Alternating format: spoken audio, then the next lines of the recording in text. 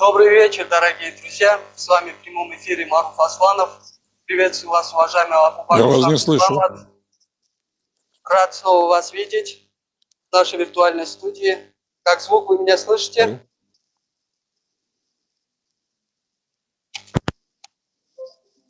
Раз-два, раз-два. Меня слышно?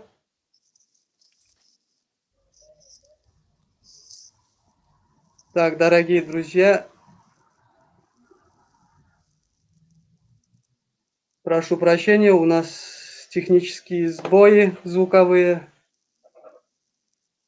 Уважаемый Абу Бакр Шах Мухаммад, вы меня слышите?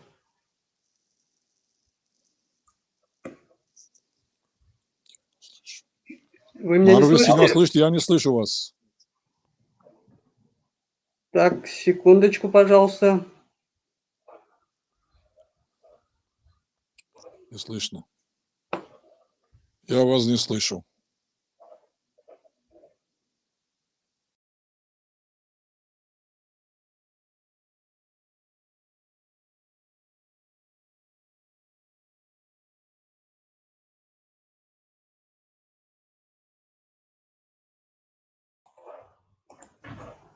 Так, вы Алло. меня слышите? А теперь? Да, я слышу вас сейчас. А вы меня? Ну и отлично.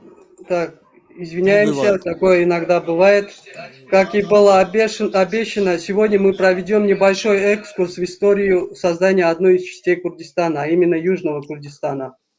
И поможет нам в этом известный в нашем обществе курдский деятель, кандидат наук, автор множества курдских книг, президент Института Курдистана и Передней Азии Абу Бакр Шах Мухаммад.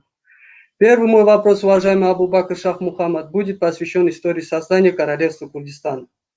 10 октября 1921 года курды объявили о создании Королевства Курдистан в Южном Иракском Курдистане со столицей Сулеймании. Его королем, как известно, стал Махмуд Барзанджи. Расскажите нам, пожалуйста, об истории создания недолго просуществовавшего Королевства Курдистан и роли шейха Махмуда Барзанджи в ней. Добрый вечер, уважаемые друзья, слушатели Атаза. Добрый вечер, Маруф.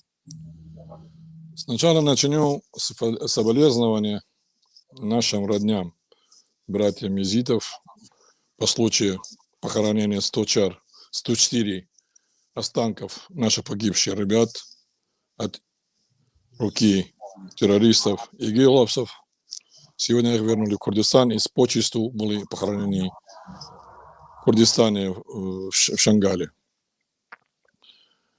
Нам нужно чуть-чуть вернуться назад, начало века, то есть начало 19 века, когда шейх Махмуд, в принципе, готовился к тому, чтобы в Курдистане что-то делать. Причем собрал племена джафов, другие племена Хамаванд особенно участвовали очень серьезно в боях в 1915 году против вторжения англичан в городе Басра. Там человек, по-моему, 15 погибли в этих боях, а в это время он получает вести, что царская армия пришли в район Пенджуина, это на границе между Сулеймания и Восточным Курдистане. Вот. И они вернулись туда, и действительно там были бои. После этого он пытался с турками добиться что-то для Курдистана, какой-то форма свободы. Но они играли кошку-мишки. И как раз мы знаем, что в это время была Первая мировая война. Вот. И англичане потом захватили Багдад 11 марта 2017 года. И дальше продвинули на север Курдистан. Для этого они отправили или подготовили 410 тысяч хорошо вооруженные солдаты и офицеры с полным обмундированием, танки, артиллерия, а также воздушная поддержка несколько эскадрилей самолетов для боев в Ираке. Где-то они прибыли в Курдистан, в Киркук, именно 7 мая 2018 года. Но почему-то через 3 недели они покинули Курдистан. Почему я это рассказываю? Потому что здесь нюансы, которые в этой ситуации чуть не погиб Шейх Махмуд. Шейх Махмуд написал 2 письма англичанам, что он хоть и воевал против них на юге Ирака, но он готов приветствовать их в Курдистане мирным путем, без войны. Эти 2 письма, одно дошло до англичан, а другой, так как они вошли 7 мая, а 24 мая через 3 недели ушли, человек, который отдал Шейх Махмуд письмо отдал в руки турков. И, естественно, турки были в ярости, арестовали его, отвезли в Мусул, сделали полевой суд и приговорили его к смертным казням. Но так как уже война шла к концу, и практически они потеряли надежду, что они что-то уже сделают, турки где-то в мае месяца 2018 года уже практически война закончилась, то есть остановили они войну против англичан, и англичан против турков. Вот. И тогда они освободили Шейх Махмуд в надежде на то, что с ним имеют хорошие отношения против англичан в будущем. И он вернулся в Сулейманию, и в это время в Сулеймании прошла референдум. Многие из племена собрались и сделали собрание, провели референдум, и выбрали Шейх Махмуда как короля Курдистана. И тогда он направил письмо наместнику англичан в Багдаде, и они послали своего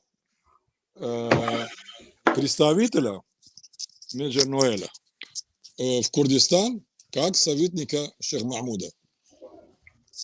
Они практически признали этот референдум и назначение Шейх Махмуда, ну, они говорили королем Курдистана. Но, к сожалению, здесь они нам создали 2 проблем.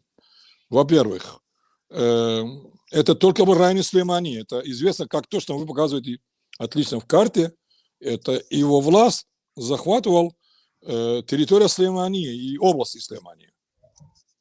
Потом они не определили, какой статус у Шейха Махмуда. Это королевство, государство, это автономная республика, это федеральный. В общем-то, здесь это осталось открытое, но оказалось, это все было специально, потому что никогда у англичан не было серьезного намерения давать возможности курдам стать государством. Когда Шейх Махмуд понял все этого, где-то 21 мая 2019 года объявил о независимости Курдистана, королевства Курдистана, что привел англичан в ярость. И 19 июня, через месяц или меньше, англичан отправили войска из Киркука с поддержкой надземной и воздушной. И произошел бой в районе Базьяна. Это между Киркуком и Сулейманией. Человек 200 погибли у курдов. Шейх Махмуд был раненый. И арестовали его. Арестовали его, передали его в суд. И суд приговорил смертной казнь. Но, видимо, они не дураки были и поняли, что казнь Шейха Махмуда – это значит бензин лить во всем Курдистане. Кроме того, в Восточном Курдистане в это время Сымкохан Шкак восстал против Иранской республики, да и в Северном Курдистане неспокойно было. Поэтому они заменили смертную казнь на 10 лет заключения и отправили в Индию. Продержали его до 22 года. До 22 года, и когда видели, что они не могут управлять, и народ против них, и, в общем-то, они нежеланные гости, они были вынуждены вернуть Шах Махмуда в Курдистан. И договорились с ним, что он будет опять, та же самая картина, будет наместником и королем. Но опять-таки это в основном было разговорчики. И вот он очень старался, чтобы вот этот вопрос устаканить. Ну, в общем-то, 10 октября 22 года было образовано правительство Шах Махмуда, которое было около 12 министров. И это, можно сказать, государственная форма, которая реально до сих пор мы не можем фактически определить, это что было, так как я раньше сказал, это распространялось только в районе Сулеймании. Киркук не выходил, потому что к тому времени, к 22 году, англичанам было известно наличие нефти. Как в Киркуке, так в районе Мусула, так в Ханакин, который находится на границе с Ираном, близ, между Багдадом и Сулейманией, на востоке Курдистана. И они ни в коем случае не хотели Киркук, чтобы входило в это управление. Но и также Эрбиль и Дахук. И не говоря уже о районе Шангаля, районе Мусула. И Шах Махмуд 2 мая 2019 года объявляет независимость. Мы говорили сначала. Опять он хотел то же самое делать второй раз, который не тот раз он объявил, хотел опять это же самое делать. Опять в 23 году, 4 марта, самолеты англичан начали бомбить Сулеймания. Шах Махмуд выехал со своими войсками в окружность Сулеймания, и практически в 24 году его арестовали. До 27 года как-то они его держали в Багдад, потом вернули. И в 30 году была Портсмес, договор между англичанами, Ираком, Турцией и Пакистаном. Это практически был реальный пакт, чтобы воевать против курдов. И Шах Махмуд встал опять, произошло бой, и сила, конечно, как всегда, была неравны. В этот раз тоже проиграли. И арестовали Шах Махмуда и отправили его на юг Ирака. И таким образом королевство, которыми его любим назвать, было уничтожено. Это навсегда, так как англичане никогда не хотели. Они, несмотря на то, что было принято в Северском договоре 3 пункта о судьбе курдов, но англичане просто играли и не хотели давать курдам. Есть поверье, есть разговоры, даже не то, что поверье. Вообще говорят, мстят курдов за Салах-ад-Дина. Когда в 12 веке он победил Ричард Львиное Сердце, король Англии взял его в плен, при битве за Палестину, якобы христианский мир очень были злы на то, что Салах-ад-Дин и его народ воевали, потому что войска Салах-ад-Дина, очень многие из них были курдами, ибо военное руководство Египта предали Салах-ад-Дина.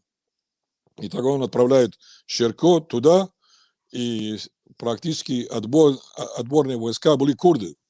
И говорят, что англичане и христианский мир не забыли нам вот эту реаль, якобы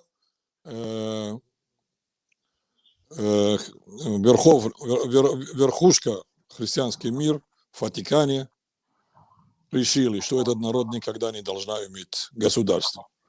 К сожалению, очень похоже на реалию, на правду. Хотя это похоже на сказку, но, к сожалению, похоже, что могла такой вещь иметь место. В это время, именно в это время, не успевая заканчивать бои в Сулеймании, начинается Барзанской уже революция, 31 год, 32 год. Почему Да, я мы... это говорю? Я Мгм. прошу прощения, одну фразу. Дело в том, что Шейх Ахмад, он тогда управлял барзанистов, отправляет Барзани и другие двум направления. Одни через Шаклава, другие по другое направление, чтобы пойти на подмогу Шейх Махмуда в Сулеймании против англичан. Но, к сожалению, когда они прибыли, и причем они с боями прибыли, по дороге они воевали с английским иракской армией, но когда они дошли до Сулеймании, шейх уже был арестован. Вот я хотел только вот этот факт добавить. Да, спасибо. Вот Пожалуйста. могли бы вы подтвердить такие слухи? Вот имеются сведения о том, что Курдское королевство искало поддержки в противовес англичанам у Советской России. Есть сведения, что Барзанчи через советское руководство в Урмии направил послание Ленину, в котором восславлялась революция 1917 года. И говорилось, что весь курдский народ считает русский народ освободителями Востока и готов связать свою судьбу с их судьбой. Вам что-нибудь известно по этому поводу? Да, абсолютно точная информация. Это действительно имело место.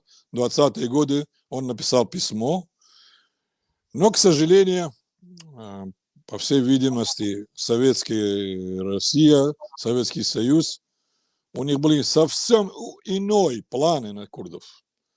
Есть документ, который обнаружил царство ему небесное доктор Афрасил Хаврами, как раз один из основателей нашего института Курдистана и Передняя Азия, который написан комиссаром иностранных дел СССР советским посольством за рубежом.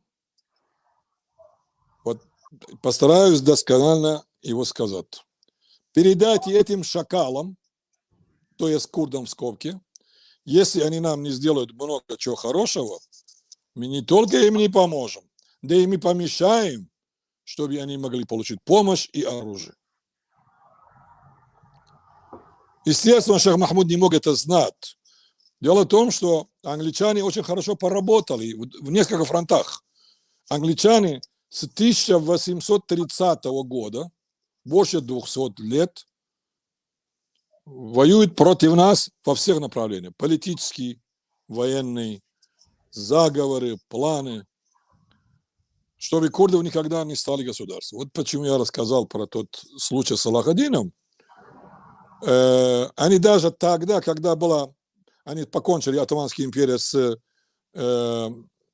Курдский Эмират в Суране, 1830 год.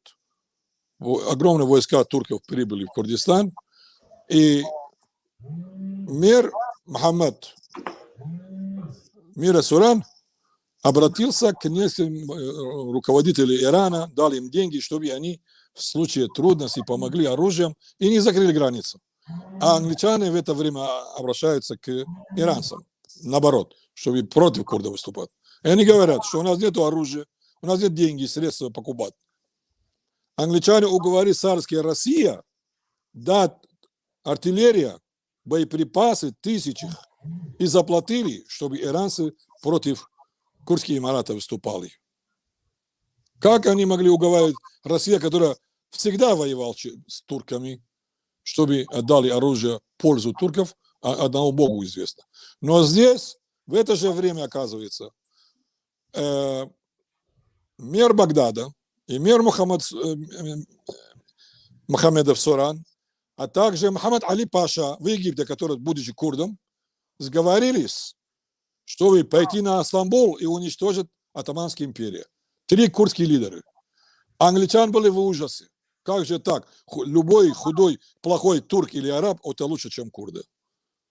И вот таким образом они сговорились с иранцами, помогли туркам, уничтожили Эмирата Сурана, договорились, полудоговоренности с Мухаммад Али Паша, потом его тоже, в общем-то, подставили. Как всегда они делают. Так что, к сожалению, царская Россия не помог и не мог это помочь нас, потому что все знают, что 20-го года они целиком и полностью поддержали Кемаля Ататюрка, так как Кемаль Ататюрк был против Запада и хотел якобы устроить социализм. с 1920 года по 1935 года сотни миллионов золотых рублей было отдан Кемаль Ататюрку Советской России. 39 тысяч винтовок, 2 подводные лодки, 2 завода по производству пороха. И еще много чего. И даже говорят, что Ворошилов и Фрунзе участвовали в боях против Шейх Саида, Пирана и против доктора Фуада. К великому сожалению, даже мне рассказывали, что даже в стихах, песнях в Северном Курдистане до сих пор жива песни и стихи Ворошилов «Зачем ты своими войсками прибыл к нам». Было взлеты и падения в истории России по отношению к курдов. И в этот же момент надо вспомнить, в 1961 году Советский Союз в траулере под Рыбой отправил в Курдистан, Барзани, оружие. Когда начались только первые моменты войны между Барзани, когда вернулся из СССР, и Республика Ирака во главе Касыма. Вот, так что и это тоже было. Поэтому было взлеты и падения. Так что это письмо было, действительно. Но не помогли. Да, вот вы как раз перешли к революции 1931-32 годов. Вот, хотел бы перейти к этому вопросу. Да, эта революция она велась под руководством Муллы Мустафы Барзани. Они ведь предприняли новую попытку освободиться против иракских и британских военных. Расскажите, пожалуйста, об этом восстании 1931-32 годов. Фактически не совсем Барзани, генерал Барзани был руководителем этой восстания, потому что после того, что англичане, если можно, я минутку раньше расскажу, дело в том, что барзанисты в 1928 году восстали против турецкой Отtomанской империи. Вот. И в 1913 году шейх Абдусалам, старший брат Барзани и шейха Ахмада, прибыл в Иран и навестил Сумкухан Шкак. Они вдвоем поехали или прибыли в Бедлис, и там вели с наместником царя на Кавказе переговоры. И он им обещал поддержку и помощь. Это было ровно в начале 14 года. В конце 13-го, начало 14 года.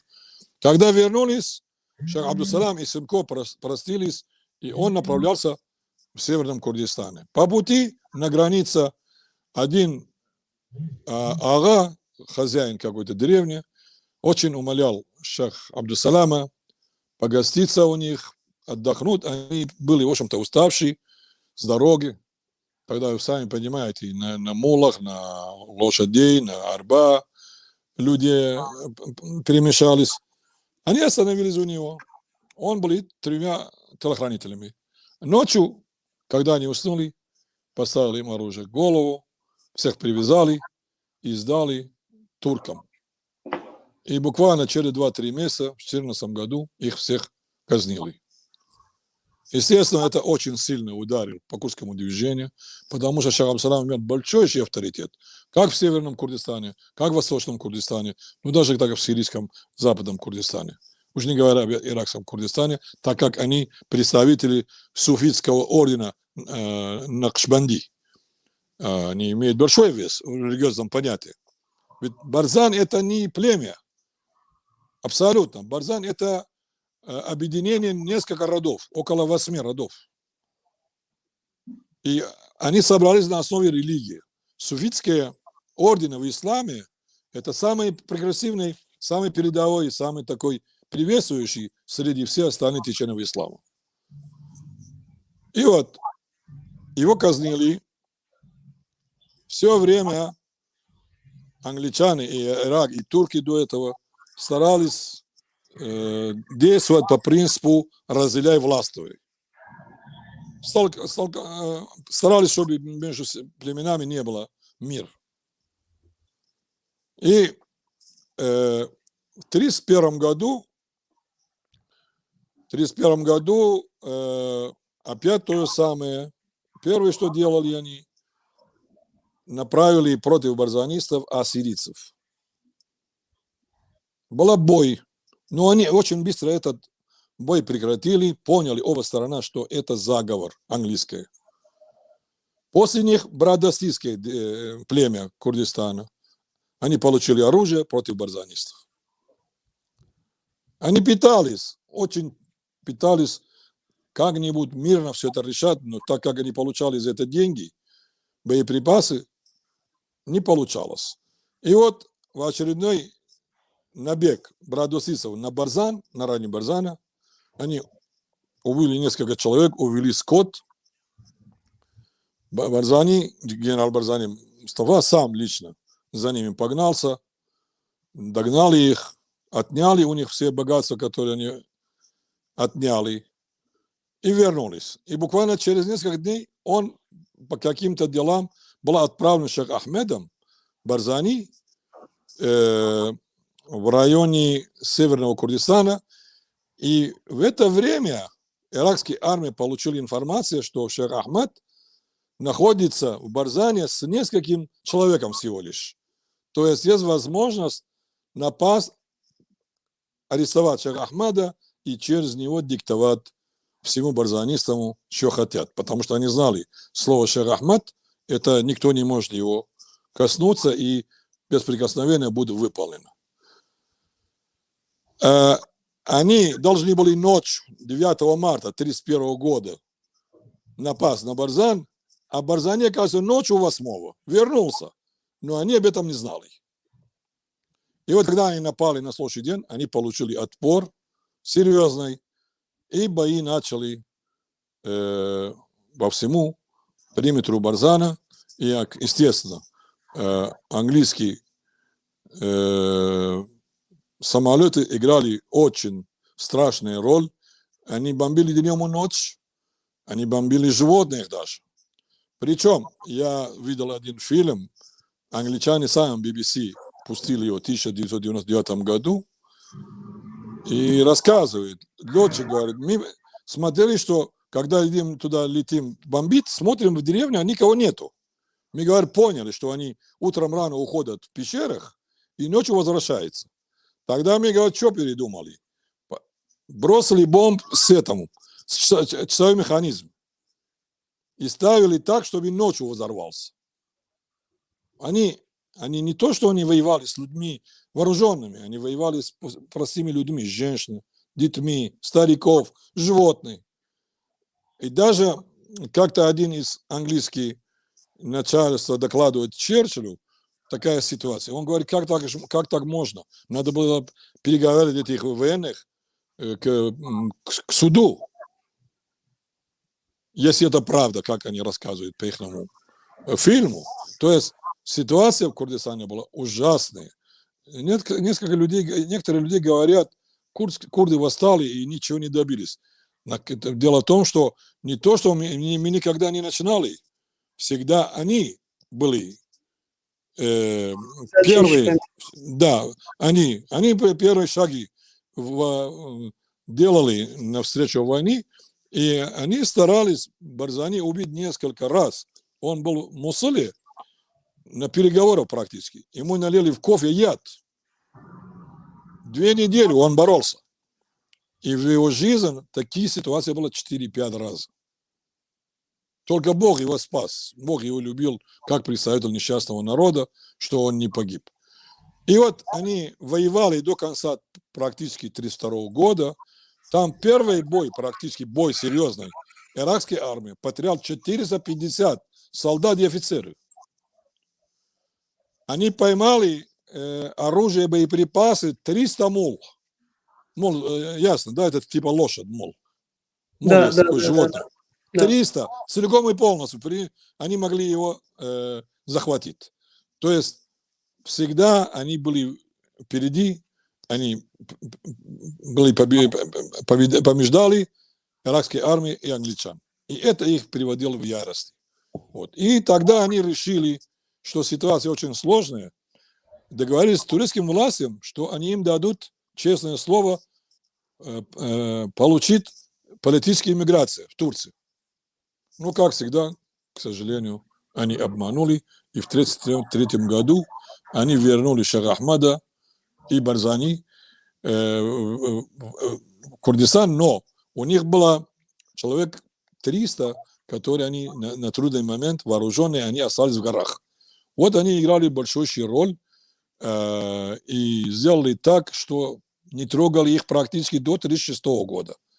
Это 1933 по 1936 года они могли относительно прожить мирно под контролем англичан и иракского государства. А уже в 1936 году уже, видимо, пахло Второй мировой войне, и их всех, 130 семей, во главе с Шах Ахмадом и генералом Барзани, отправили в город Багдад.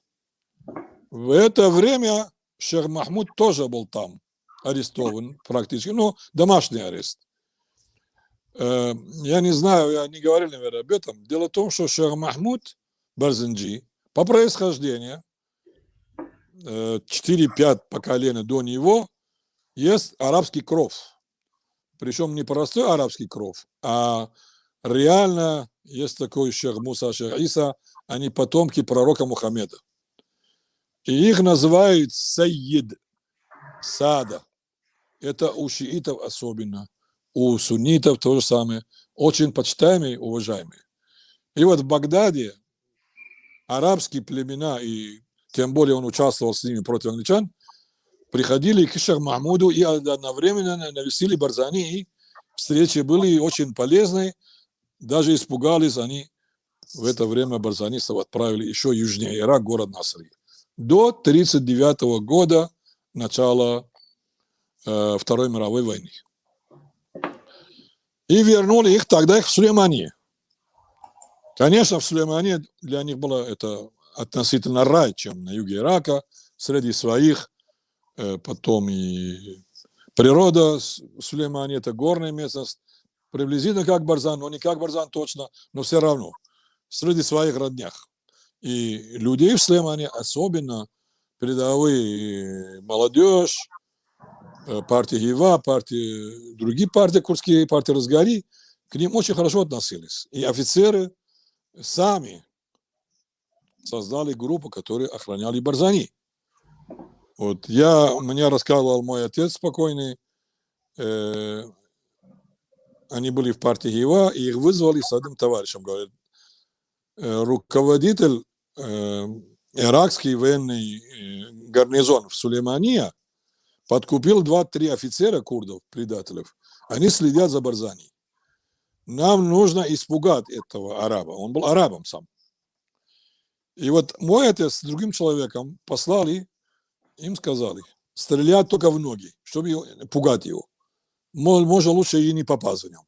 Они пошли действительно в нужном месте, начали в него стрелять. И они рассказывали, они говорят, мужик был храбрый. У него был такой пистолет американского типа ковбоя, который крутится в барабан. Он говорит, достал его и начал в нас стрелять. Ну, говорит, мы побежали. Вот. Но мы до него довели это письмо, которое хотели нам поручили. Вот. И в 1943 году, в июле месяце, Шейх Махмуд Хафид через своего сына Шейх Латифа поручает троюродного моего отца. Его фамилия тоже, как наша Робин Гуд наша курдский Хуля Пиза, а его зовут Хама Пиза. Чтобы он помог Барзани и 2 его телохранителя через Восточный Курдистан вернуться в Барзан тайком. Они каждый день 3 раза должны были пойти в полицейский участок, подписать, что они никуда не делись, они в Сулеймане. И вот таким образом они в течение 18 дней через Восточного Курдистана генерал Барзани и этот товарищ вернулись в Барзан. А Шейх Ахмад и 130 семей и мужчин остались в Сулеймане. Вот здесь и начинается начало Барзанской революции 43-45 года. Если у вас здесь как по-другому вопрос, давайте, пожалуйста. Да, как раз таки, давайте перейдем сразу вот к восстанию во время Второй мировой войны уже. После возвращения Барзани в Барзан в 1943 году, летом, он собрал свои ребята, и у них оказалось оружие, еще они оставили после революции 1931-1933 года, спрятали для нужды. И буквально они были уже в Барзан в начале августа, в конце июля и в начале августа. И уже в конце октября 750 штыков были вокруг Барзани. А уже в ноябре стало их 3000. Потому что реально из всего Курдистана люди прибыли. И из иранского, и из турецкого Курдистана, и из сирийского Курдистана. Кроме того, англичане столько натворили, столько делали плохие дела, что все курды были против них. И даже когда война началась против Германии, из-за англичан, многие курды любили немцев, Гитлера. Просто, да, чтобы им насолить, англичанам. Потому что они реально уничтожали все. Культуру, религия, история наша. Подкупали людей, натравляли друг на друга. И везде они были за нами, чтобы у нас ничего не получалось. И вот таким образом началась революция Барзана. При первой бой было убито 250 солдат и офицеров, около 100 ранены, 50 арестованы. С нашей стороны человек 8 погибли, и ранены были человек 8-10. Большие боеприпасы захватили. Из-за Второй мировой войны и ситуации в Восточном Курдистане, дело в том, что в иранском Курдистане не в 1946 году началось, или в 1945, они уже в 1941-1942 году, после прибытия советские войска и англичан на юге Ирака, советские войска, в августе, по-моему, в 1941 году прибыли советские войска, уже начало освободительное движение в Восточном Курдистане. И, кстати говоря, до восстания в Барзане Шейх Латиф, сын Шейх Махмуд, с 1000 бойцов прибыл в город Сардаш и его освободил от иранской армии. Естественно, у него была поддержка местного населения и генерала Мухаммеда. Генерал Мухаммед был у нас такой в Иране, он тоже его поддержал. И они освободили город Сардаш, и его назначили Хамрашихани Бана, генерал Хамрашихани Бана. И он освободил город Сардаш, это город большой, южнее Махабата, и его назначили мэром этого города, Шейх Латиф. Хотя он как бы не гражданин Ирана. Вот. То есть там ситуация закалялась каждый день в Восточном Курдистане. И поэтому англичане очень боялись, отправили свои эмиссары на переговоры в 1943 году, уже к концу года. И реально были переговоры от иракской стороны с участием англичан и договорились о мирном решении барзанского восстания. Первое условие, чтобы вернуть барзанские пленники, можно сказать, 130 семей в Сулеймане и Шейх Ахмаде. Назначит несколько кабинетов министра курдам, сделать курдский язык официальным языком, назначить курдские представители во всех ветвях власти, особенно в Курдистане. Тех людей, которые были связаны с коррупцией, и те, которые участвовали против курдов, да, передать суду. И, в общем-то, они на все согласились, полностью подписались. И это, конечно, 2 раза было попытки захвата власти еще в Ираке в это время. Англичане очень боялись, очень. Они 8 мая 1945 года закончилось все это переговоры, начали убрать министров, и пришел новый премьер-министр Ирака и сказал, что он не признает этот договор. 8 мая. В августе, буквально через 2,5 месяца, иракский правительство издал приказ отправить войска в Барзан. Все это была тактика, связана была с Второй мировой войной и ситуацией в Восточном Курдистане.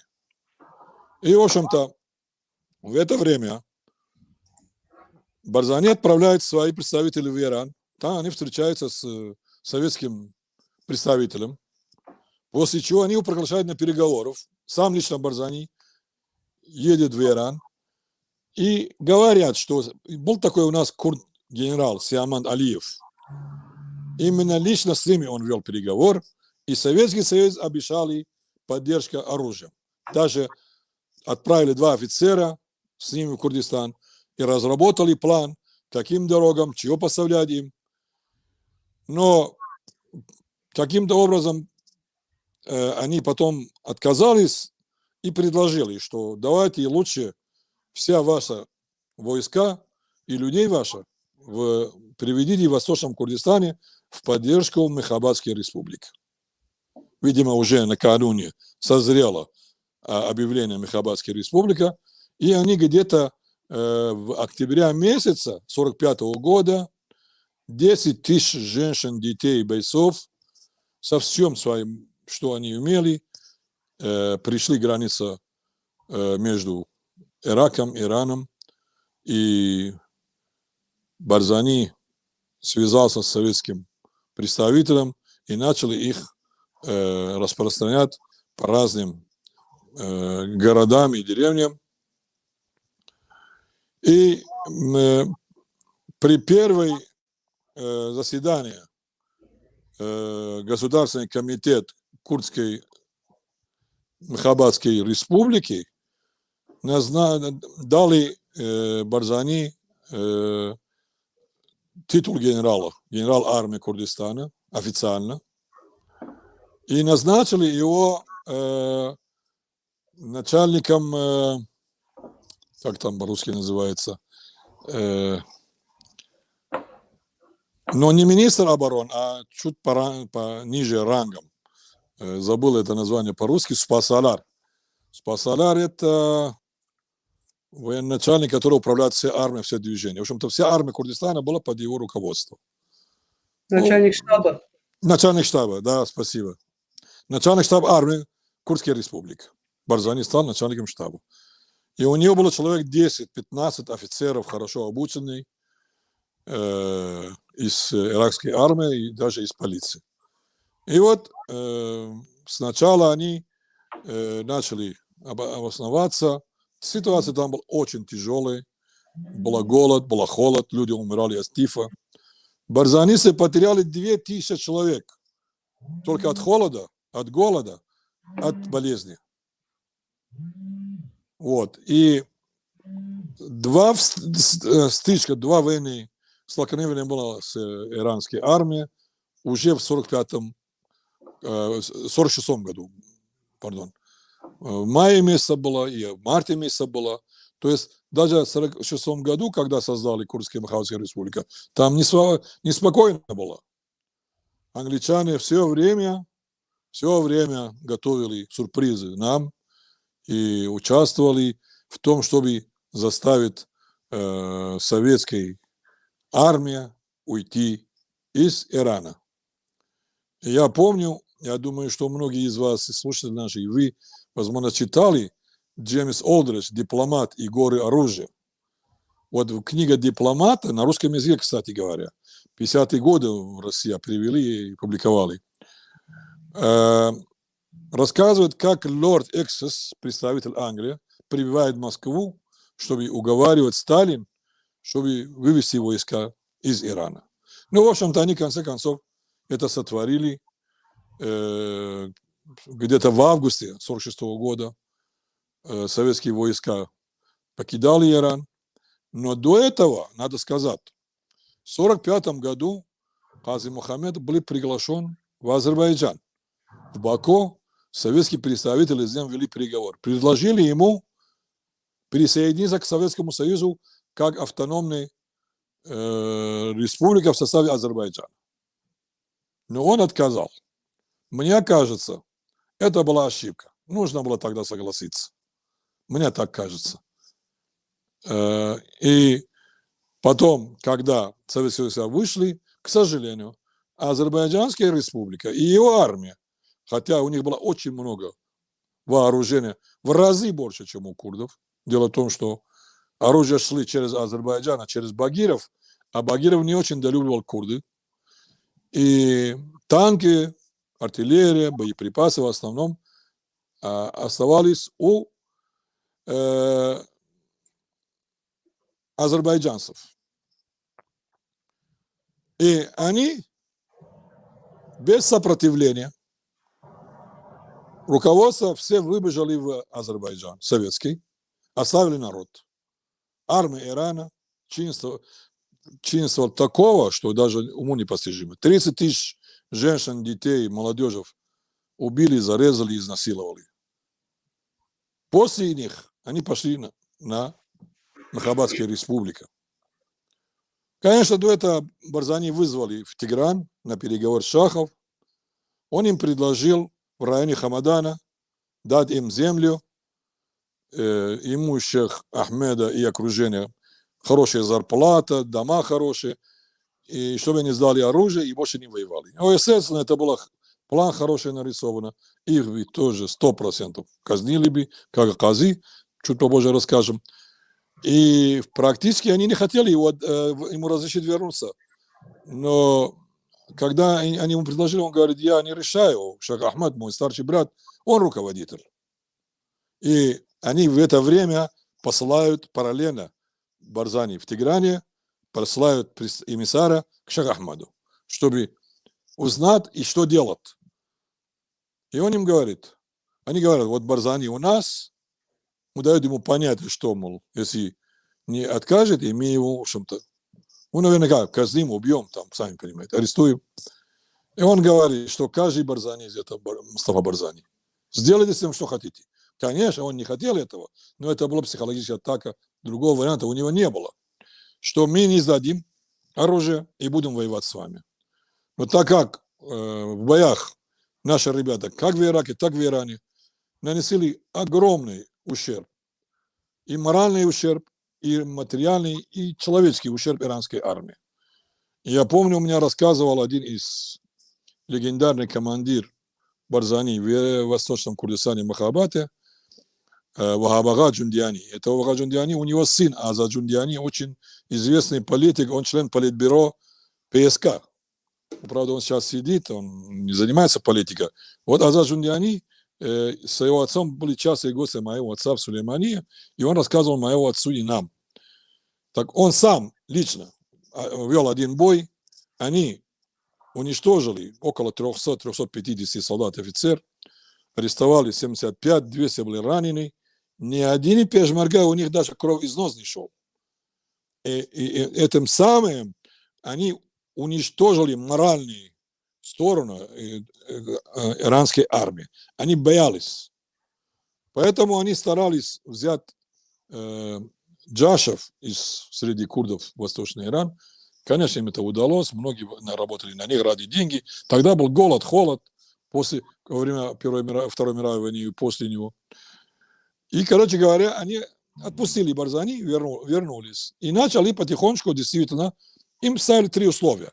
Или вы сдаете оружие и будете жить у нас, или вы уйдете в Ирак срочно, или мы будем против вас воевать. Они говорят, мы не хотим с вами воевать. Но если вы пойдете против нас, мы будем сопротивляться.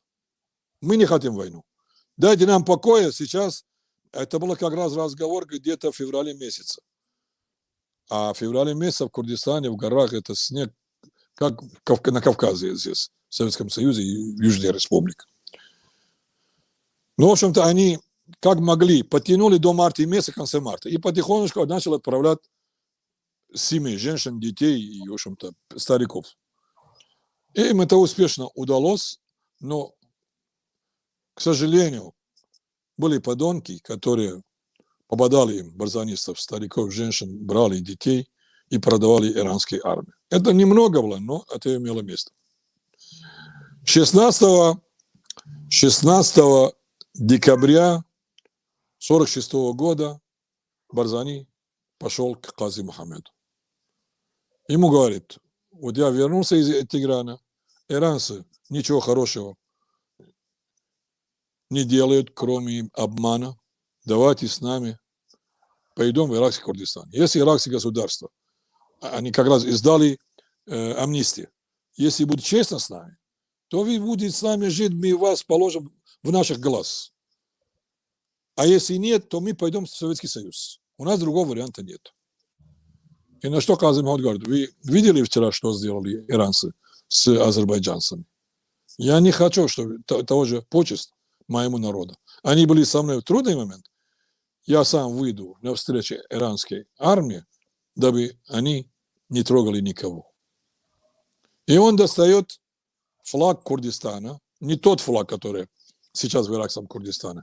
Дело в том, этот флаг иракского Курдистана, который вот у вас стоит рядом, это была разработана в 1919 году, и впервые была поднята генералом Мухаммед Шариф Паша в Северском договоре в Париже в 1920 году. Но здесь чуть-чуть есть разница. Все цвета, все одинаковые, но там была ручка и еще кое-что в том флаге. Этот флаг отдают Барзани. В этот момент, кроме тебя, никто не может сохранить этот амана. То есть это, ну как это по-русски будет? Символ. Символ и что-то очень ценное, которое человек доверяет другу или товарищу, чтобы он сохранил ему, чтобы он держал его. Ты говоришь, будешь его держать до тот момент, когда можно его поднять в Курдистане. Это ты должен его беречь. И они обнимаются, расплакал Барзани и вышел. И, к сожалению, мы знаем, как потом было с ними. Их арестовали, судили и приказали к смертной казни. Но говорят, что шах Ирана помиловал Казы Мухаммеда и отправил с одним офицером направление, так как раньше, ну, сами понимаете, телеграмм, и это особо, тогда тем более в Иране была разруха, там война, отправил офицера с донесением не казнит Кази Мухаммед. Это разговор документально пока еще не подтвержден. А англичане, которые везде знают, узнали об этом. Консул Англии в Махабате встречает этого офицера, приглашает его на ужин, кормит, поет и говорит: давай завтра пойдете, и тот ночь их казнили. Но еще говорят, что спешка казна по этой причине была, да еще Барзани готовился напасть на тюрьму, где они их держали. И поэтому они бегом их казнили. Но, в общем-то, после этого они с боями шли, к ним присоединились около 15 азербайджанских офицеров. Это, правда, раньше было, я просто упустил. Когда Барзани был в Тегеране, Шах Мухаммед Реза Пахлеви ему говорит: у тебя там 15 офицеров иранской армии, они не курды, отдайте нам их обратно. Он говорит: вы знаете, мы барзанисты, мы известны тем, что в Курдистане все, у кого проблемы есть, обращаются к нам, приходят к нам, чтобы мы решили им эту проблему мирно. И в самом деле очень часто люди, которые у них было, кто-то кого-то убил, что им мирить их.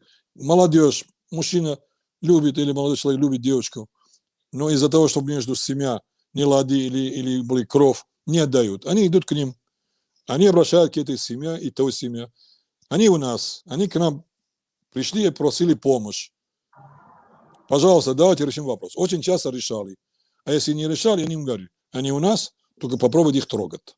И он говорит: эти люди к нам пришли, просили помощь. Они в нашей совести. Давайте я вам отдам любые из моих близких барзанистов, из моего рода, 15 человек вместе них. Вы представьте себе какие у них были морали. В то время, когда они сами были на права, на птичьи права, шах требует с них, и он говорит, я не отдам их. А они могли его казнить самой. Вообще, когда смотришь на курдские лидеры, многие из них, у них такие качества, что действительно реально сегодня нам этого не понять.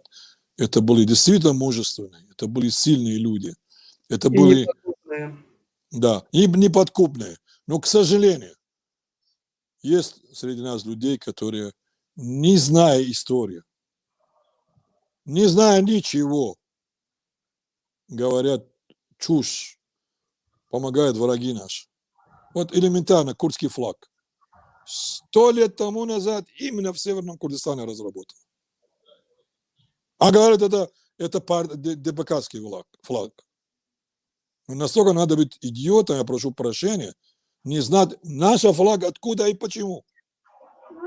Ну как это так? Я прошу прощения, это слово у меня выскажет, но по-другому я не могу сказать, Маруф.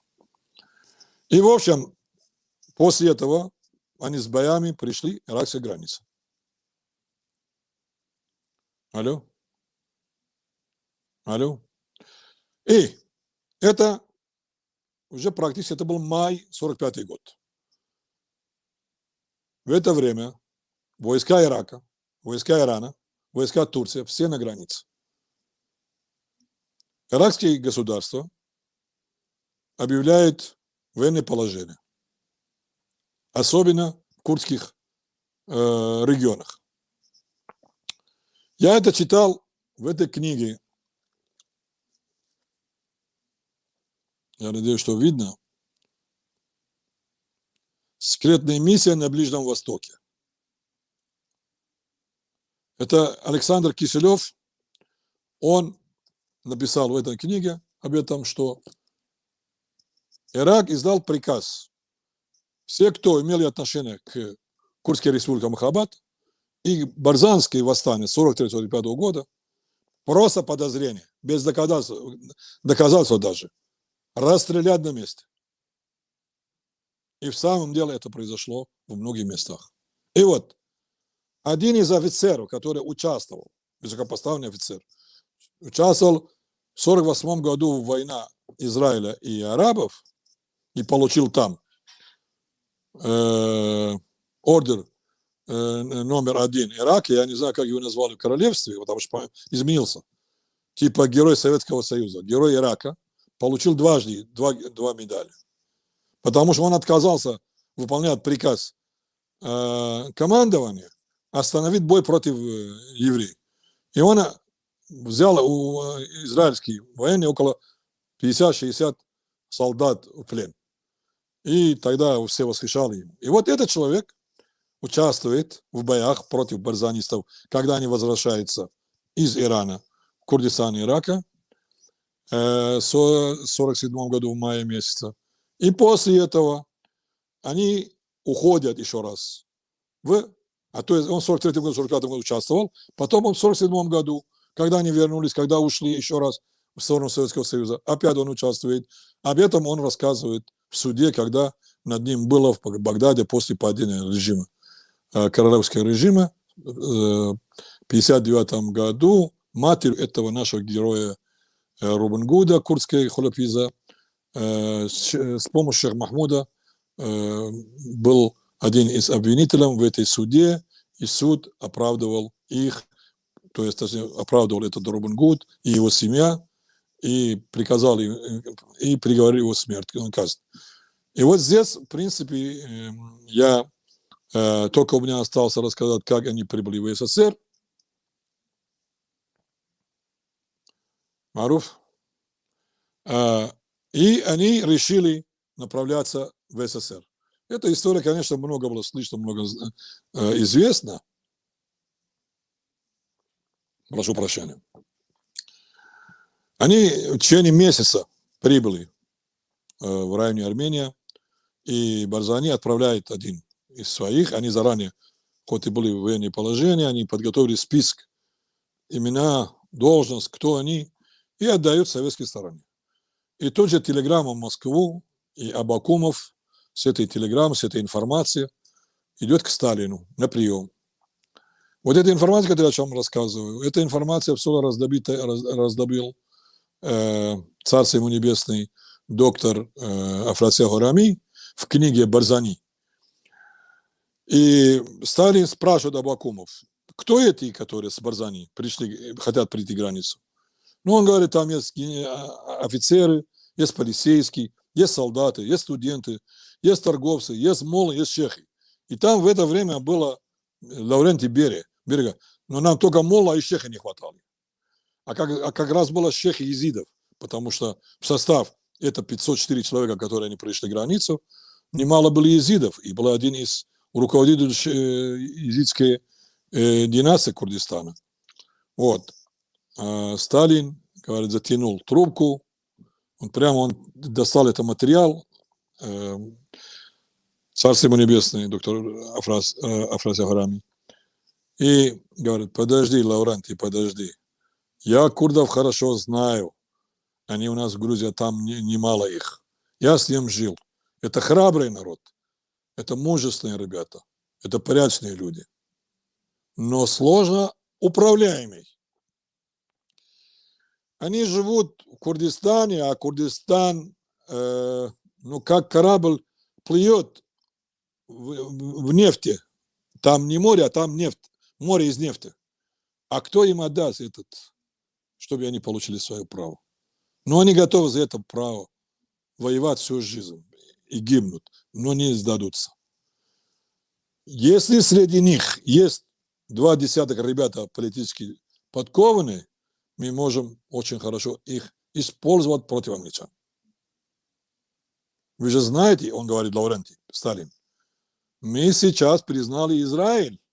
Это было в 1948 году, в 1947, точнее, это разговор, мы уже признаем Израиль, видимо, дипломатические отношения установили в 1948 году, в конце года. Это было, мы признаем Израиля, чтобы насолить англичанам. А ведь в это время как раз Сталин самый раз было их принять, потому что Советский Союз же обманули англичан и Иран. Советские войска, когда вышли из Ирана, должны были отдать 25% вся нефть и газ Азербайджана и Курдистана Советскому Союзу. И была организована кампания, все договорились, подписал шах, но парламент иранский не ратифицировал договор. И Советский Союз остался с носом. Ни земля не получил, Азербайджан не получил, Курдистан не получил и нефть не получил. И, естественно, они хотели при возможности отомстить. И вот таким образом, но он говорит, вот куда их отправить? Отправить их в Сибирь, они там не выдержат. Там холодно. И потом они мусульмане. Отправить в Азербайджан, возможно, Багиров будет их использовать в свои корыстные цели, чтобы вернуть Азербайджан южный, иранский. Поэтому давайте отправим их в Ташкент. Там мусульмане, там тепло, им будет там легче. Но, естественно, Сталин знал все, потому что были письма, были встречи Барзани в Иране, и потом известно, что центр советский разведка была в Азербайджане, где одни были курды практически. И многие, которые были в Иране, нам рассказывал, когда открыли русское консульство в Арбиле, консул России, Вагиб, я не помню его фамилия, сказал, что офицер, который разоблачил Тигран-43, когда немцы хотели убить Сталина, Черчилля, Рузвельта, это был курдский офицер. Мне кажется, это был Сиаманд Алиев. Мне кажется, может, ребята лучше знают эту историю. Я вообще сам не историк, я любитель истории.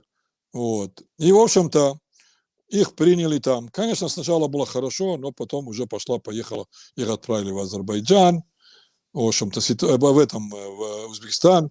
И до 1953 года ситуация у барзанцев была очень плохой. И когда Сталин умер, Хрущев пришел Барзани через одного русского друга. Ему купили билет прибыл в Москву и пошел, постучал в Кремль, и потом он встречался с Хрущевым, и у них изменилась всю ситуация до 1958 года. И вот я думаю, на этом мы можем этот обзор закончить, если у вас нет вопросов, и рассказать пару слов о Робин-Гуде курдском. Да, вопрос еще есть. Спасибо за подробный экскурс. Действительно, много как трагических событий, так и победных было, в том числе легендарные курдские личности. И есть еще одна легендарная курдская личность, о котором нам мало известно, по крайней мере, курдам бывшего Советского Союза. О курдском Робин Гуде хотелось бы узнать о вас. Мы знаем, что вы пишете книгу по поводу этой личности. Расскажите нам, пожалуйста, о нем побольше. Как раз в 1947 году я вам рассказал, что вот это он, курдский Робин Гуд, Хуля Пиза, Хуля, это Махмуд. Махмуд сокращенный Хуля. Пиза из Пироза, слово Пирозбе, он движен Пирозбе. А это у нас есть имя женщина, Пироз. А сокращенный Пироз. А это наш советский, точнее азербайджанский курд Хуля Пиза тоже. И такое еще было в этом, на западе Курдистане. Еще Хамадок было в северном Курдистане. И такие много ребят, которые восстали, воевали против власти, потому что доходилось до крайнего всего. В 1947 году как раз этот офицер, который воевал против барзанистов в 1943-1945 году, потом в 1947 году, был один из управляющих Ирака. Он был губернатором города Мусула. Потом его перевели в Сулейманию. И у армии, у полиции есть приказ. Любой курд, который участвовал в революции Барзана в 1943-1945 году или в курдской армии Махабата, или же политический деятель, который участвовал, поймать, арестовать, если не арестовать, то убивать, без суда и следствия. Как раз к нему идет прапорщик с 4-5 полицейскими, а он в 1942 году ушел из армии. А как раз в 1942 году по 1945 было очень много, я сказал, в Восточном Курдистане, и Шейх Латиф, Куриша Махмуд, он пошел с 1000 всадником захватить город Сардашт. В самом деле потом захватил и стал там руководителем. Но, сами понимаете, в это время была советская армия там, а советская армия пришел 1000 всадников в их зону, и без их разрешения, без договоренности, и вряд ли случилось бы что-то подобное. Они дали возможность. Речь о Восточном Курдистане? Да, город Сардашт – это южнее Махабата. И вот он был с ними. Хуля Пиза был Шейх Латифом. Они помогали, воевали, захватить этот город, потом он город управлял 1 год, потом оставил, вернулся в Иракском Курдистане. Вот. И вот, естественно, у власти была информация про него. Поэтому они хотели любым способом арестовать Хуля Пиза, наш Робин Гуд. Это произошло, так как они были где-то до 1945 года, 1946 года в Восточном Курдистане, так или иначе, они приходили, уходили туда. В 1947 году летом прапорщик именем Мина Бани Шари хотел его арестовать. Пришел к нему, а Мат ему говорит, этому прапорщику, говорит, пожалуйста, он больной, как раз у него был тиф. Я обещаю вам, сам я ее приведу к вам, дайте нам возможность неделю 2-3. Хотя у нас кроме него никого нету. Отец умер, у меня 4-5 детей маленькие на руках, я в деревне, я одна не справляюсь. Если можете, помогите. Один из полицейских ему говорит, отдайте ему деньги. Они там тогда брали взятки только так.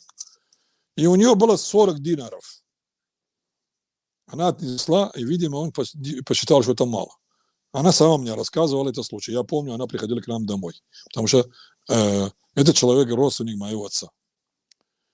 И потом она отнесет Коран с его женой. ради этого Корана остави нас в покое.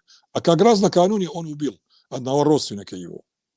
Ни за что. Просто они встретились, был разговор, этот прапорщик с ними, он обвинял их в воровстве, он говорит, ты держи язык за зубами. Он говорит, я буду держать язык за зубами. Бабах, убил одного и второго ранил.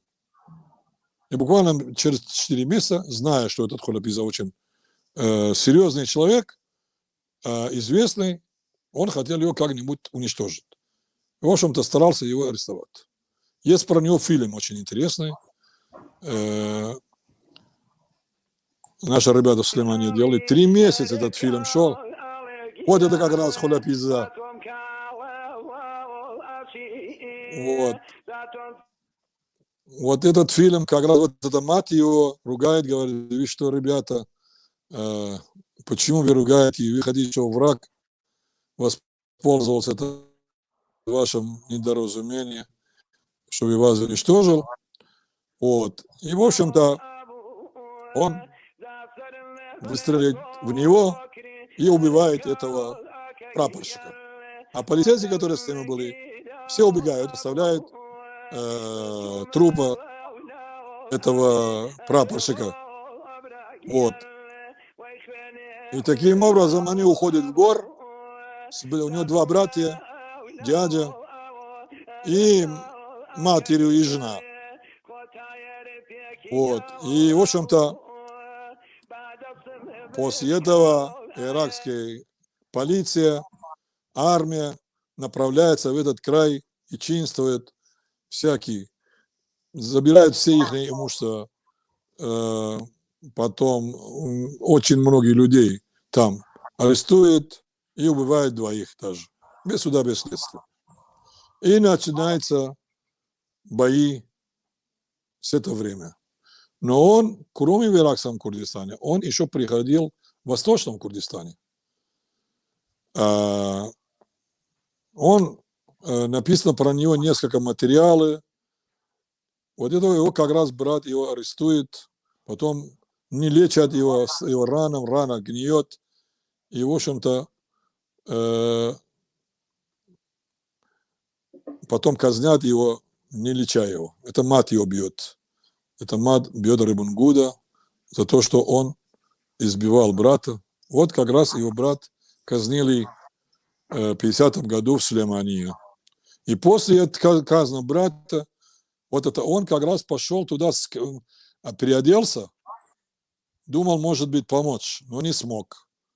И говорят, после этого пошел в ресторан в Сулеймании, поел хорошо, и потом только ушел в гор. И после этого он начал уже действительно не щадить полицейский. Сила была у них серьезной, они знали гор, они были хозяева этих гор, и потом привели иракская армия из юга Ирака. А также часть была у нас, всем известно, джаши, которые помогали иракские власти против барзанских движений, против курдских движений. Не будем говорить, это семей, которые были, отправили от них джашев тоже, но бывало 800 человек воевал против них, а их было всего 20, максимум 25. И у них было просто винтовки. Есть такая винтовка, очень известная в Курдистане и любимый курдов. Оружие Барнау. Он хорошо бьет, почти километр с лишним. Вот. И у них было эти оружия. Тогда у иракской армии было и не танки, а было танки, но танки, конечно, в горах ничего не делают. А есть вот такие непробиваемые пули машин, которые приводят солдат. Эти были у них тяжелые автоматы. Это все были использованы против них, но они не могли их обуздать. И в 1948 году семья Шах Махмуда здесь организовали переговор между иракским властью и Холапиза. Но когда они пришли, он сам не пошел на переговоры, отправил брата. Знал, что они могут что-то натворить. И когда переговор начал, Хабсахан Накиб, легендарная женщина, она, когда начала это переговоры, поняла, что они хотят их обмануть. И он их вызвал, ночью отправил, говорит, быстро давайте, уезжайте. И, в общем-то, шли бои до 1951 года, мая месяца. И вот здесь один очень интересный рассказ, когда нам рассказывал один профессор курд из Восточного Курдистана.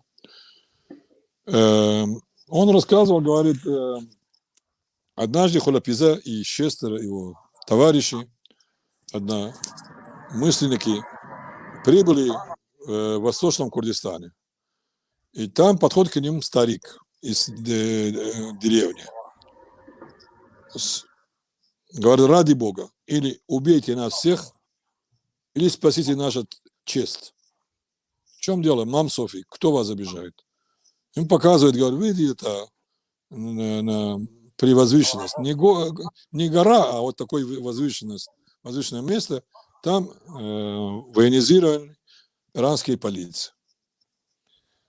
Говорит, что их офицер, руководитель, раз в месяц, раз в 20 дней приходит к нам, выбирает красивую женщину или девчонку и ведет ее к себе. Сколько оставляет у себя, оставляет, потом продает ее в кабаре, в рестораны, там, где там стриптизы и все прочее в Иране.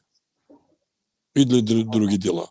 Но то, что сделали с нашим девчонкам езидом и гелоцем. И спрашивают, а сколько человек их? Он говорит, 70 человек. Да, говорит, это очень сложно. Нас 7 человек, они наверху. Вряд ли мы можем что-то делать. А время как раз был август, июль-август. В это времена тепло в тех краях. Зимой это там снег иногда бывает 2 метра. Говорит, у меня, старик был мудрый человек, говорит, у меня план. Они пятница спускаются без оружия, купаются в реке. Вот тут мы можем его и прихватить. В общем-то, они изучали местность, ждут пятницу. Спускается 53 человека.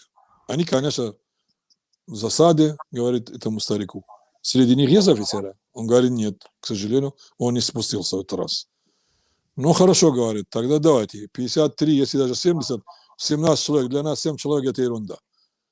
Они поднялись, и, к нему счастью, даже они охрану не оставили наружу. Они вошли сразу, смотрят, там офицер и человек 7, полицейский, только там. В общем-то, спрашивают, это какой из них офицер? Говорит, вот это. Как раз он отдыхал там в траксуте или там пиджаме там. Вот этот. Ну, тогда говори, идите, пожалуйста, приведите мне 3-4 свидетеля, чтобы они засвидетельствовали, что он творил. Я буду его сейчас судить именем. Офицер Шарафа, жена у Киза Курда, у Бнею Ходи. Я именем курдских женщин и именем Бога я буду его судить сам. Ну, приводит 2-3 человека. Это, говорит, меня жену увел, он говорит, меня сестру увел. И он говорит, я тебя приговорю смертной казнь, и сам тоже буду выполнять кинжалом. И, в общем, он выполнил этот суд. И интересная, любопытная вещь еще. В этом, когда я рассказал, что есть такое оружие, называется барнау. Это в Германии производили у себя и в Чехословакии. Компания Маузер.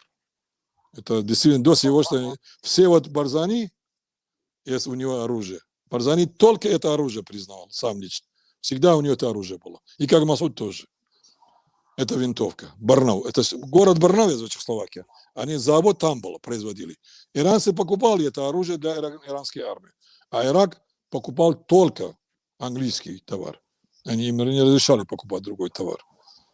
И, в общем-то, вся вот эта история и участие англичан в этой ситуации, все, что они делали против курдов, их люди, в этой книге я рассказываю. И вот после этого он возвращается в иракском Курдистане. Вот. И в один из боях, которое было в мае 1951 год, целый день бои идут, 800 вооруженных человек со стороны Ирака, а их было 20-25, и погибает у них 2 человека и близкого, практически его заместителя, Ауля Голчин. И он обращается к братьям, к пешмерге своей, ради Бога говорит, соберите его труп, не делайте ему больно. Он был очень храбрый, он был очень верный. И в это время один из его братьев, мальчишка 12 лет ему, он хватает, и винтовка была там на готове, и кусок дерева захватывает за место, которое стреляет, как там называется, и выскакивает пуля, и ему под горло. И таким образом он погиб. Но после него, еще до 1955 года, его брат возглавлял это движение. Но, правда, был один очень порядочный курд из рода Дзаи, Хамзага, он был губернатором этого района, это за Сулеймания, Калачолан и Чуарта. Он вел переговор, и фактически они их освободили от всех обвинений. А там было убито больше 100 человек, солдат, офицеров, полицейских и предателей Джаша. С их стороны был убит. И их помиловали и дали им, каждый из них, зарплату полицейского. А старшего зарплата прапорщика. 3 года они жили в мире и согласии, занимались своими делами, пока тот офицер, он был в Курдистане, в Сулеймане, но потом его убрали, потом вернулся, этот, который участвовал в боях против барзанистов в 1947 году, Умар Али Байрахдар. Он был туркменом, причем ненавистным курдом. Он презирал курдов и арабов тоже. В общем-то, он нарушил эту договоренность, собрали войска, но все равно они не могли их обуздать. Они очень часто шли в Иран, и там тоже у них были бои. Несколько боев было у них в Иране. И, в конце концов, договорились официально Иран и Ирак, встречали комиссары, организовали поиск. И говорят, 4 человека был с ними. За несколько лет была отправлена иранская разведка, Савак, чтобы этого Хуляпиза убить, чтобы это движение не росло, большое движение. И вот оказывается, англичане очень боялись, что это Хуляпиза будет начало создания курдского государства. Каким образом? Дело в том, что в августе 1946 года была организована ДПК, Демократическая партия Курдистана. В это время Барзани был в этом, в Кумаре Махабад, Рушалат, Иран. Его выбрали президентом, но он сам, будучи не там. Но назначили Шейх Латифа, Куриша Махмуд, его первым заместителем. Так вот, он был за ними, он им помогал. Он ночевал ночью у него часто, в доме Шейх Латифа, как безопасное место. И человек, в общем-то, они были вокруг Шейх Латифа все время. И в Иране, и в Курдистане. И они без него ничего не делали. И вот 1951 год, есть такой телеграмма из посольства Англии в Багдаде. В 1951 году написано, что мэр города Сулеймани арестовал шейха Махмуда Хафида, так как он поддерживает Хуляпиза Робин Гуд, курдский Робин Гуд. И в районе Сулеймания все люди зовут Хуляпиза не иначе, как курдского Робин Гуда, и на ней они кладут большую надежду. А вот как раз после его восстания в 1947 году, 1948 году, впервые начали публиковать информацию, что Советский Союз помогли Мустафа Барзани собрать армию, и кто-то говорил из 5 тысяч, кто говорил из 10 тысяч, и создали курдское государство в Ереване. И вот как раз в 1948 году израильское радио на арабском языке опубликовал это сообщение. И тогда вообще Иран, Ирак, Турция, Англия, все были в ужасе, что Барзани скоро вернется с оружием, и иранцы ему разрешили. И одновременно в это время советский радио Азербайджана, я не помню, вот Реат Аза в Ереване в каком году начал совещание на курдском языке. И, кажется, тоже они публиковали все его столкновения с иракской армией и иранской. Но они, правда, не говорили, это курдский борец, они говорили, это иракский борец против империалиста и английских захватчиков. Но это была чистая политика. Но, тем не менее, это есть материалы, найдено известный курдский историк, доктор Камаль Мазара в архивах Министерства иностранных дел Англии, что действительно Советский Союз был глаз на Холопиза, его использовать в случае возвращения Барзани, и они обещали Барзани создать просоветский, курдский, коммунистическое государство. И вот так они приплелись все это вместе. Вот. И кроме того, в 1948 году два представителя Компартии Ирака пошли к нему и попросили, чтобы он пошел под крыло коммунистической партии Ирака и стал коммунистом. Я думаю, что Шейх Латиф не хотел, Кураши Махмуд не хотел, чтобы он с коммунистом пошел. И здесь еще такой нюанс. Шейх Латиф был первым человеком после Барзани, управлял ДПК. 46 год по 58 год. То есть 12 лет. Барзани был в СССР. И он был человек номер один. Если человек номер один из ДПК поддерживал Холопиза и давал ему информацию материально, оружием, тут придется сделать вывод. Не была ли ДПК за ними? Об этом молчат, но я думаю, что на 99% это было так. Эта книга выйдет, я надеюсь, я 5 лет собираю материал, но я не хотел, чтобы эти факты потерялись, чтобы наши писатели, читатели в Курдистане могли когда-нибудь увидеть эти факты, и в надежде, что ребята, историки, люди, которые специалисты, воспользуют этот материал и сделают более глубокий анализ и изучение данной тематики, которая является историей часть Курдистана и города Сулеймания, в частности, 40-е годы по 55-й год.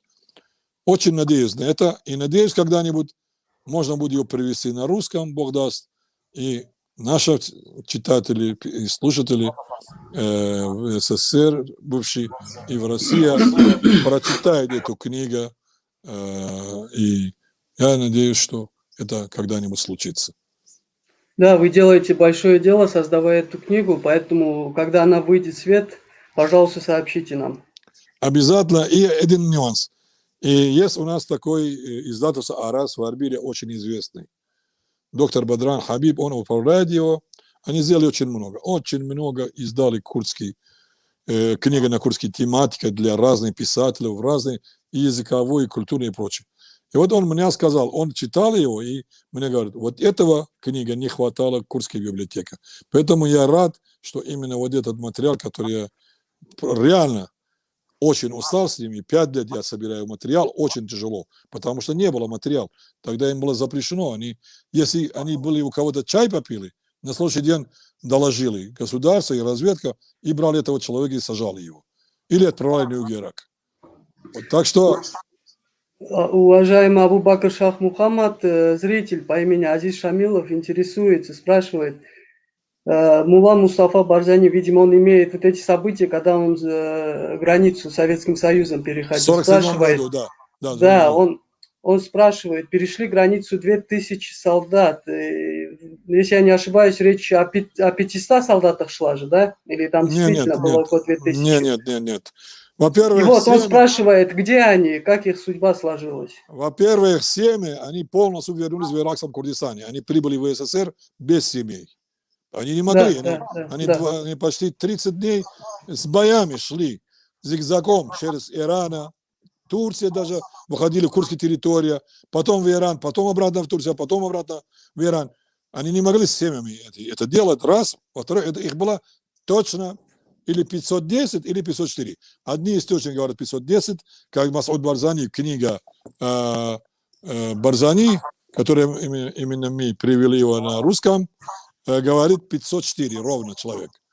Значит, вот эта книга,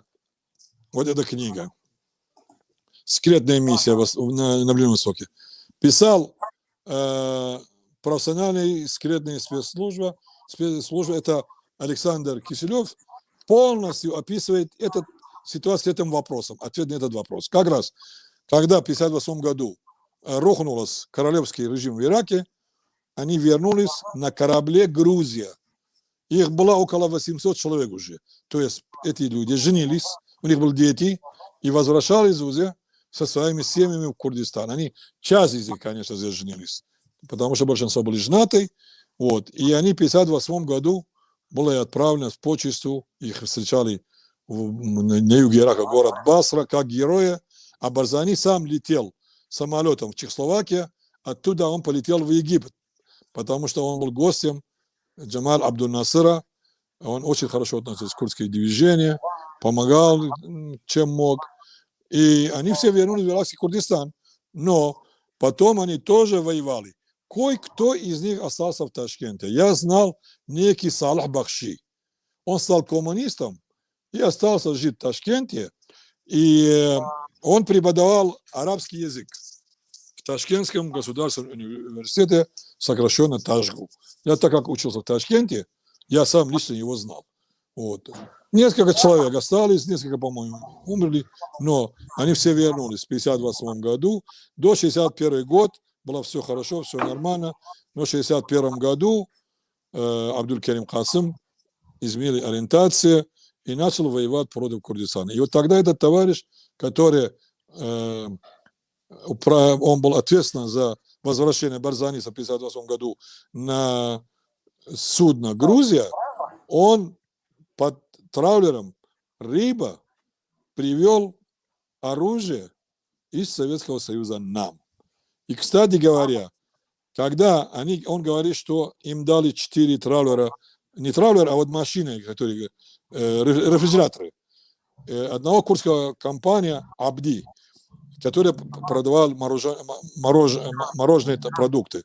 И вот под этой «Рыбой» там же грузили мы опять эти оружия, но одного машина говорит, мы ничего не положили из оружия, просто я, говорит, подумал, лучше пусть эта машина с рыбой, в которой ничего нету, вперед идет. И в самом деле, говорит, только тронулись с дороги, смотрим, за нами следит джип Land Rover с дипломатским номером. И, конечно, у него была охрана, Барзани послал, говорит, я им сообщил, что, ребята, мы попали, нас разоблачили. Но, говорит, мы, в общем-то, ночью как-нибудь прятались, на случай опять начали. Ребята сказали, они все решат вопрос. Но, говорит, у меня был Opel, у меня посольство, приготовили как журналиста. Я за ними ехал. И тут же просек, что все равно они за нами едут.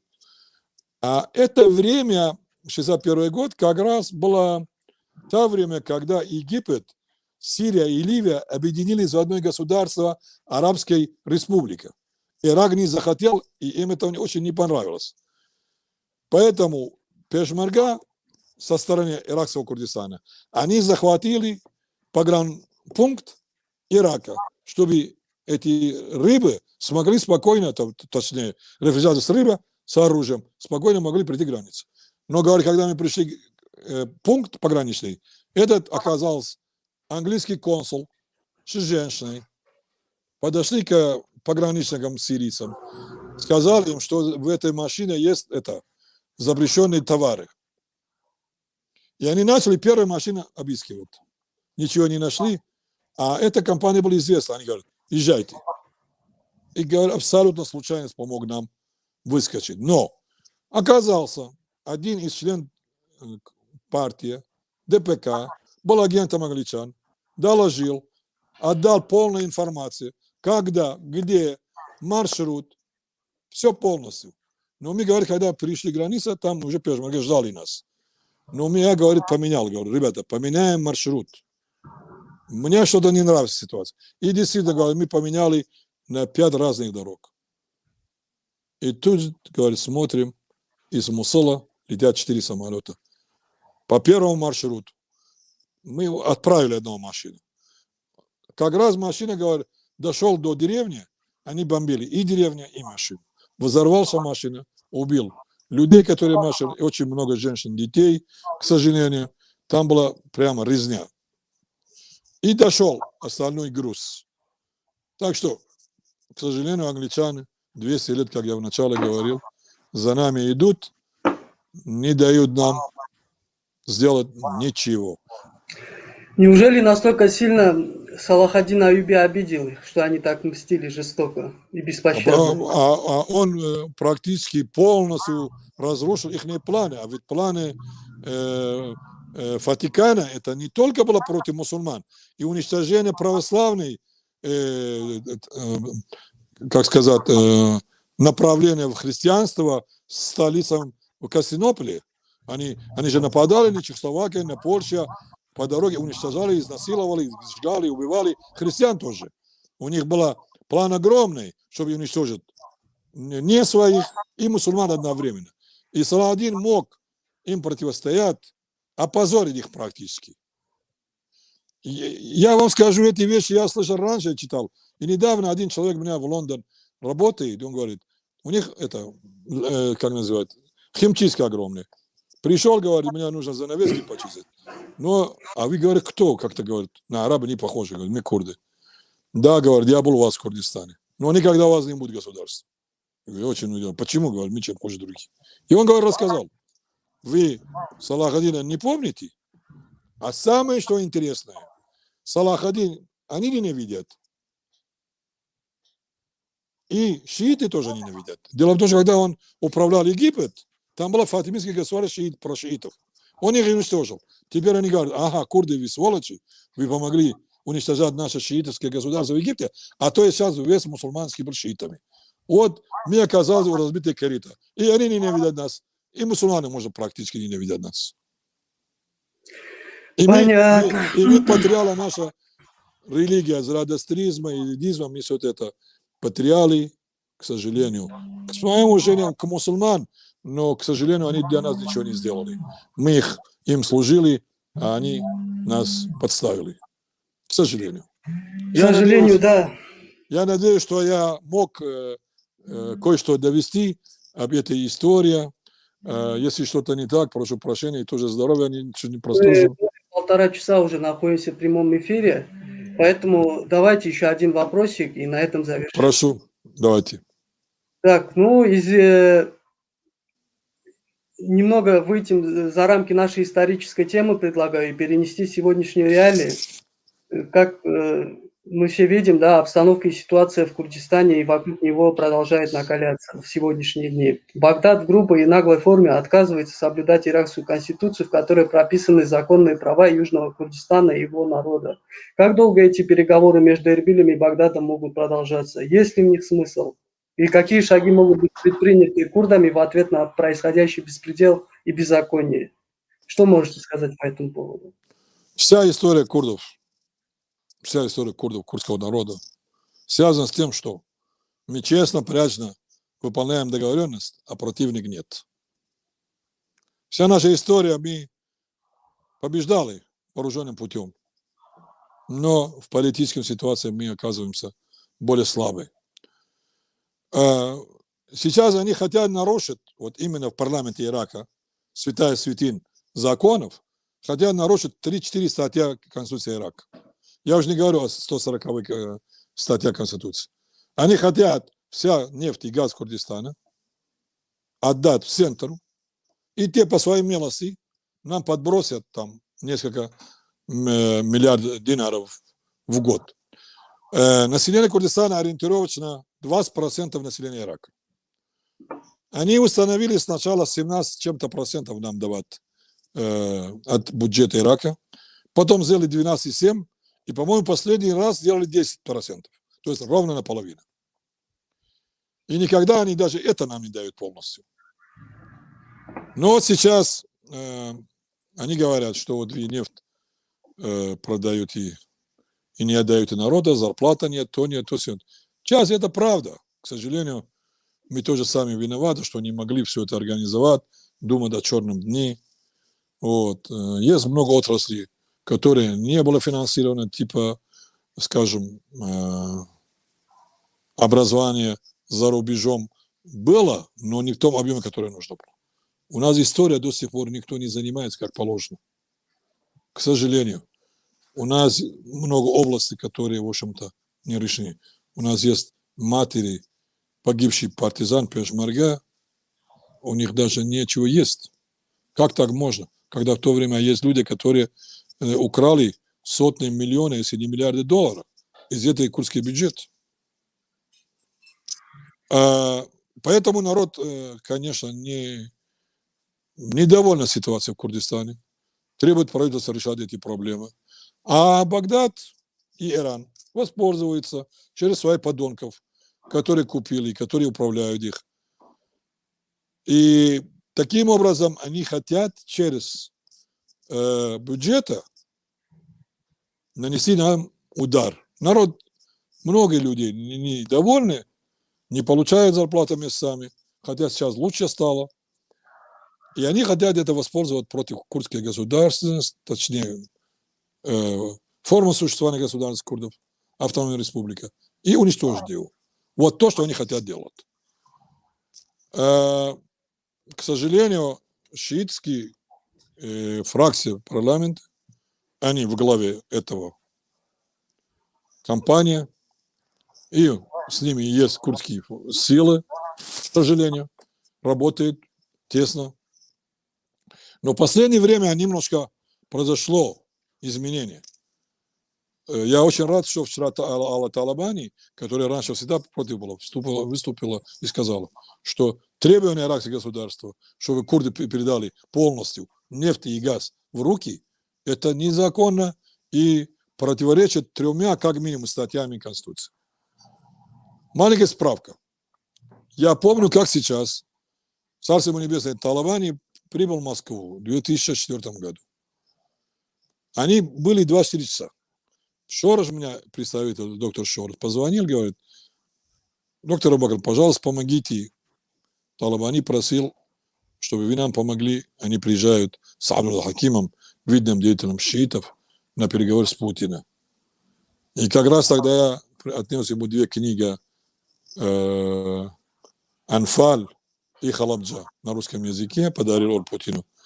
Я говорю, хорошо, мы поехали. Я говорю, сколько он будет здесь? Он говорит, 24 часа. Я говорю, а что мы можем делать? Вы сами знаете, рабочий день, как раз был понедельник. Я говорю, ну, я не знаю. Я говорю, а где они остановятся? Я говорю, президент отеля. Я говорю, давай я позвоню сейчас, закажу комнатку. В общем-то, это подробность. Мы заказали, поехали туда. И на следующий день пресс-конференция, и они идут к Путину. Вот.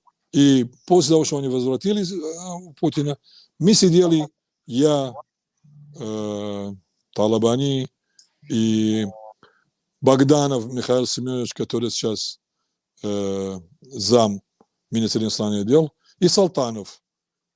И вот разговор о создании курдского государства. Я им говорил, что Талабани будет или президентом, или премьер-министром. Они говорят, да ладно, я говорю, вам честно говорю. Они даже не верили, Советский Союз, Россия даже не верили, что вот возможно, что курды будут иметь такой возможность в иракское новое государство. И я помню, кто-то из руководителей России спросил о Талабани, когда вы объявите государство. Я к чему это говорю? Что тогда надо было нам объявить государство. Мы допустили огромную ошибку. И вот сейчас они играют с нами кошки-мишки. Не дают наше то, чтобы мы даже элементарно получили. И вот тогда Талабани рассказал Салтанову и Богданову. Говорит, мы как-то ночью проснулись от огромного взрыва. Мы думали, что атомные бомбы бросили на Курдистан. Оказалось, огромная территория около Киркука, между Киркуком и Сулейманией, Чамчамал. Земля взорвался, и вышел огонь, газ. А ведь курдский нефть в районе Киркука 20-е годы сам был фонтаном. Себестоимость, да, доставка нефти была $1,5. И самый лучший нефть, и самый дешевый. И вот сейчас в Курдистане есть 3% мировой запас газа. И вот они, у них план далекий, хотят этот газ и нефть все отдать им. И отдаст нам копейки. И даже не отдать, потому что они сами сейчас в очень трудном ситуации. Экономический Ирак. Ирак сейчас берет долги, оплачивает зарплату.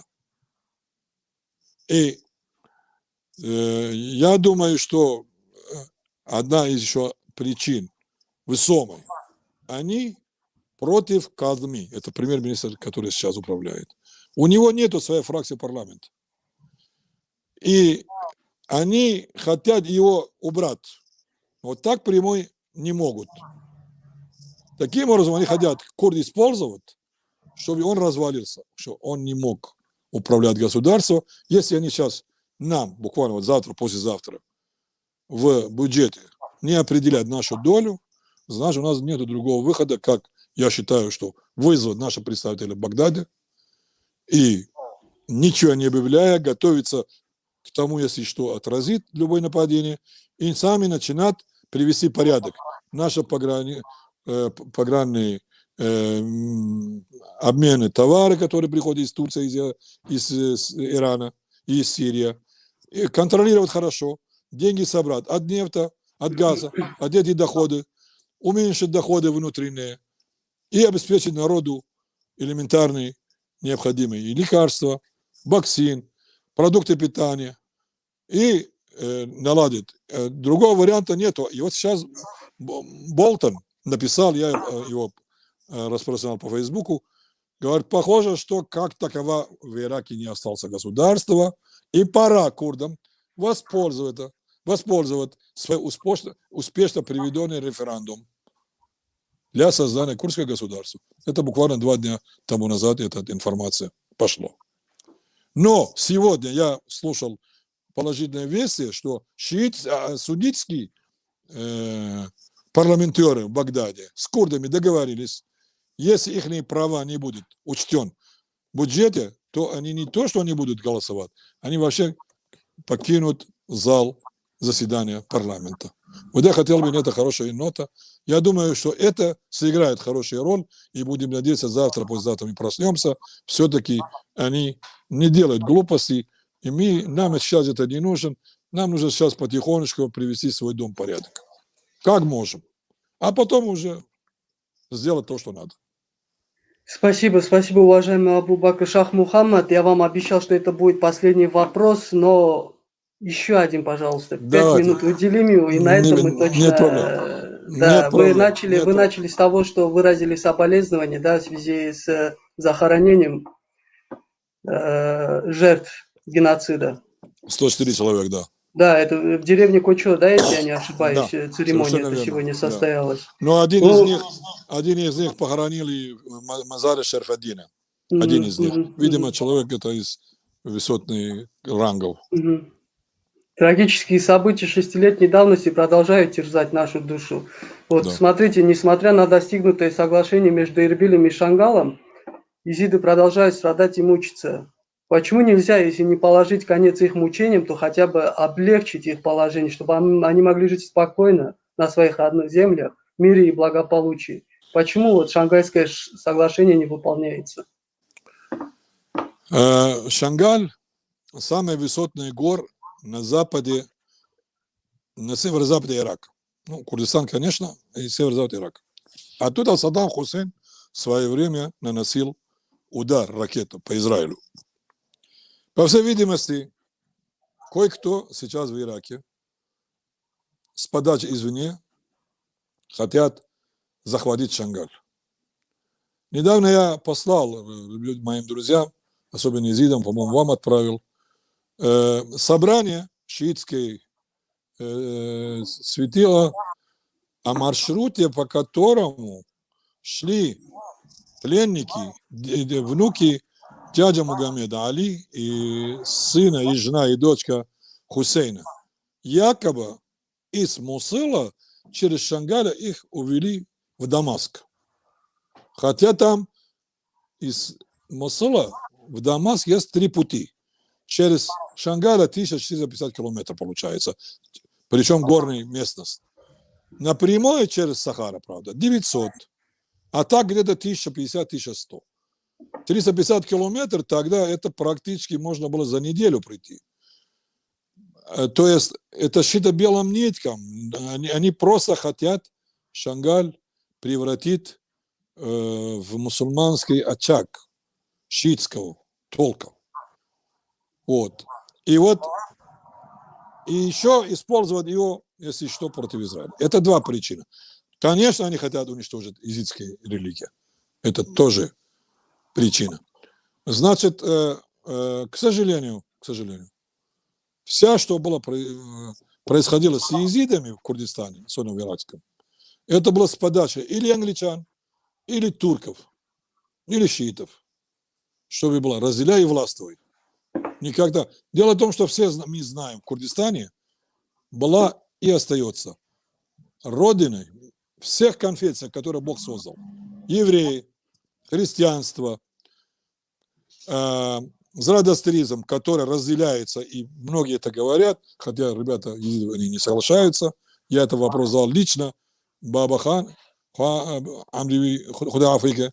Я был Шакро Худоевичем в Лалыше в 90-м году. Я спросил, Шакро Худоевич говорит, что езиды не имеют отношения к зороастризму. А я говорю, что имеют. Он мне сказал, вы правы, но мы, в отличие от зороастрийцев, держим 3 дня рожу, пост. И вот есть многие религии, которые от зороастризма пошло. Да как и Аль-Хак. Они живут в основном в Иране и в районе Халабджа и в Сулеймане. Фалакадин Какей, один из известных министр, деятель их, царство ему небесное, мой близкий друг. Вот. И потом идут алавиты, потом идут друзы, кстати говоря. Друзы, которые живут в Израиле, в Ливане, в Сирии. Я лично видел их вождь Камал Джамбулат в 1972 году приехал к Барзани и сказал, я курд, и моя фамилия Джамбулат из 2 курдских слов. Джана Пола. Пола это сталь. Джан – душа. Стальная душа. И вот его сын сейчас жив. Он тоже говорит, что я курд. Но если вожди, религия, управляющие, и вся их предки были курдами, как они могут быть не курдами сами? Так вот, 4-5 религий, которые как сказать, вышли из зороастризма, как шииты, сунниты ислама, они все имеют одного источника зороастризма. И все они вне закона для них. Они все живут в Курдистане. А почему? Вот были такие, как истишки, несколько племена конкретные с езидами в истории. Это отдельная тема. Я очень надеюсь, что когда-нибудь мы об этом обсудим. Я, конечно, не хотелось бы один, потому что мнения разные. Вот. И я еще раз скажу вам, я не историк, но я любитель. Но я знаю эти тематика, всем очень интересно, и ребята хотят слушать хоть что-нибудь.